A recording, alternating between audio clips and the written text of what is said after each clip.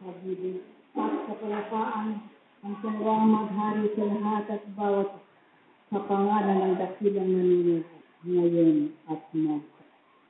Sa pag-aaral ng bawat isa sa loob ng lungguyan ko ay sinisikap ng mga kabatayaan na magkaroon ng kaangatan ang kaalaman sa karunungang nagmula sa mga langit. Sapagkat aking nainibig ng mga kapatid, kung inyong mapag-aralang mabuti ang isang pananampalataya na nindigan sa isang katotohanan at katwiran, sapagkat ayan ang bahagi ng tinatawag na Kristo. Kaya nga ating mga inibig, kung inyong mapag-aralan ang mga titik sa santong kasulatan, ano nga ba ang ibig ng Diyos na ihandog ng isang tao upang ito'y magkaroon ng kaganapan sa kanyang harapan? Pilak at dito, ano ang bagay?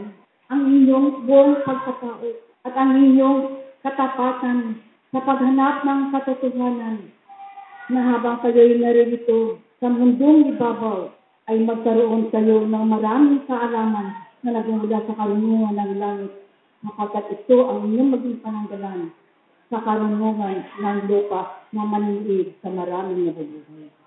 Kaya nga aking mga iniibig ng mga kapatid, saan man kayo kumaroon, sapagkat ang Diyos ay nasa lahat at dito ay walang makakatakas sa kanyang pananaw. At sa mga panahon ito, aking mga iniibig ng mga kapatid, kung inyong pag-aralang mabuti ang mga nagaganap, sapagkat ang panahon ng Panginoon sa kanyang panalangin ay mayroong bahagi sa buhay ng mga apostol kung paano nila nasilayan ang propeta Moises, Elias, ng Panginoon. Ang tatlong ito ngayon ay naghahanap ng kaganapan sa inyong mga tao sa panahon ito. Sapagkat kung paano ang panahon ni Moises, ngipin sa ngipin, nagaganap ating nainibig na mga kapatid. At ito ay kadalasang magaganap sa buhay ninyong mga tao sapagkat ang batas na kanyang ibigay na nagmumula sa Diyos ay hindi pa rin nagkaroon ng kaganapan.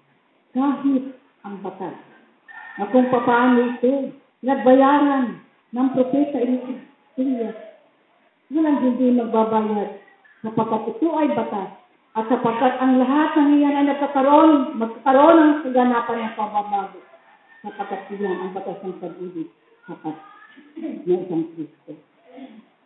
Kaya nga ating mga iniibig ng mga kapatid, hanggang sa panahon ito ay parati nagsisimula ang tao sa isang aralin na parang bata na wala ng pagkalago ng pagkasalaman ay hindi nabiligyan at mahirap tumubo sa kanyang pagkatao.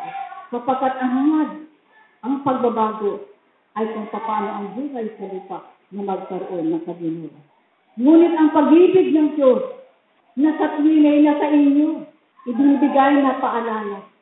Ngunit ang tao ay mahilig humana ng kanyang sarili sa kanyang kapwa. Hindi niya hinahanap sa kanyang sarili muna. Ano nga ba ang aking nagampanan? Ano nga ba ang aking nagagawa? Ano nga ba ang aking natupad? Ano na nga ba ang aking napagbayaran? Ano na nga ba ang aking natutunan? Tunay nga ba ako lumalakad sa tuwid na landas sapagkat ito ang ibig ng Diyos at naging kadahilanan upang ang Kristo ay isindan sa kapatid ng Diyos. Kaya nga't aking mga inibig ng mga kapatid, hanggang sa panahon, marami ng tinapay ang naibigay. Marami na rin sumubok na lumapit sa dakilang Panginoon mula noon hanggang ngayon. At kung inyong maalala sa kasulatan, gaano karaming tao ang lumapit sa Panginoon na humingi ng kahabagan, kumain. Ilan ang bumalik? Sana kayo ang bumalik na hanggang sa panahon ito ay naririto kayo na naging kaibigan niya at naging alalay niya sa anumang gawain upang matupad ang ninanais ng dakilang. Kaya kayo ating mga iniibig ng mga kapatid. Kaya nga muli narinig niyo, katanungan sino nga ba ako? Tanungin ko kayo muli, sana pala kayo kapitun. Sapagkat lang isang ito na hampungan sa pagtagumpay sa ibabaw ng lupa ay ang krus kay kayo na matwid sa bundok ng Golgotha. Ito ang inyong pag-aralan. At sinubing mabuti na ang cross na ito ay hindi mabubuhay sa inyong pagkatao. Kapag ito ang ibig ng Diyos, na kung paano niya hinahanap ang kanyang kaharian, ang kanyang katwiran nawa ay manatili at natili sa inyong pagkatao, sapagkat ito hindi kagabal habang kayo'y nabubuhay dito sa kapatagang lupa.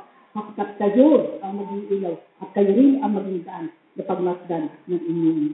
Sa anumang reliyon, sa anumang sikta ng kanyang palataya, iisa ang Diyos, iisa ang pag-ibig, iisa ang pagkatubos. Ng inyong kasalanan, walang hindi kayo rin ang maging daan ng pagkatubos ng inyong buong. Kaya nga't aking nangibig mga kapatid, nag-aaral sa loob ng karalaman ng Espiritu Santo. Naway, ang inyong pagkakaisa ay mananatili, sapagkat ang tao ay malikot ang pag-iisip, sa sandali na magkaipon-ipon, sa sandali na magkakaisa, sa isang sandali rin ay nabubuwag, sapagkat hindi nakakaisa ang layunin. Hindi nakakaisa sa pag-iisip, na ang layunin ay pasero sa Diyos.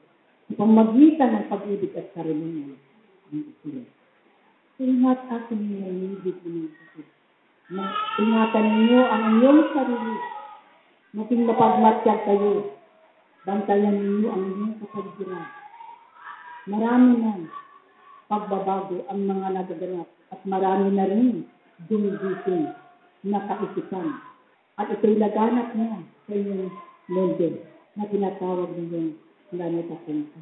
Kaya nga aking naiibig mga kapatid. Huwag ninyong itali ang inyong sarili sa matandang paniniwala, sa matandang kaugalian, na hindi maitulong ang kanyang kaunawan, ang kanyang sarili, dahil namin doon sa paniniwala na sila-sunod sa malumang kultura, naging kadahilanan din ng pagkatisig ng marami. Sapagkat ang hinahanap, hindi ninyo ibigay ang inyong paghatol na sa akin lamang ang totoo, ako lamang ang totoo, ako lamang ang marunong. Alalahanin mo aking naiibig ng mga kapatid. Kahit kami ay sinusubo, hindi namin sinasabi kami ay higit na marunong, sapagkat mayroon higit na marunong ang dakilang ng Panginoon at ang Diyos ng Panginoon. Kaya nga, pagsikapan ninyo ng iyong pag-aaral ay mapagtagumpayan ninyo ang maraming pagsubok, sapagkat ang pagsubok na dumarating sa buhay ninyo mga tao ay hindi pampapa.